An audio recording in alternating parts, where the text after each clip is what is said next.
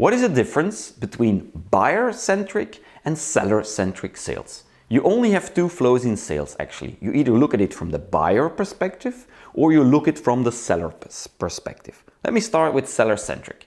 Most companies operate like this. They have a system. Most of the time it is an Excel sheet or it's a CRM, which is called customer relationship management, where they keep track of all the data. The data for them is who are the potential customers, who are existing customers, and where am I in the sales cycle.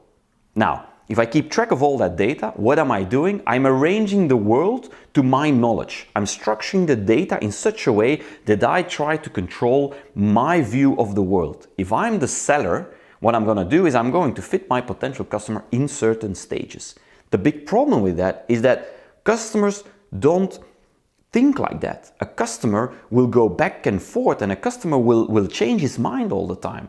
So you can work with seller-centric. That's pretty good if you have large sales teams to control the world. But at a certain stage, you need to start thinking about buyer-centric. What is the buyer's journey? What does a buyer do and how does he think to get to your product? Once you start looking at that, you'll see that it's not linear. You'll see that people change their mind all the time, but there is a pattern.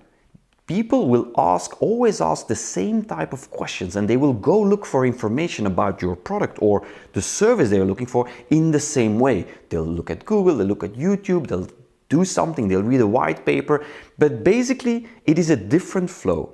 How do you build that flow? Well, you define buyer journeys and you define what they call personas.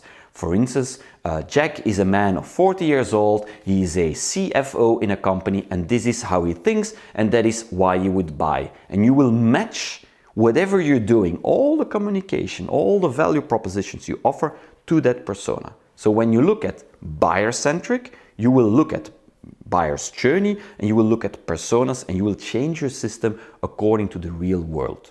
It's in a different way, but it's actually much more effective. So you need to make a choice. Am I going to go for seller-centric or will I have a buyer-centric approach?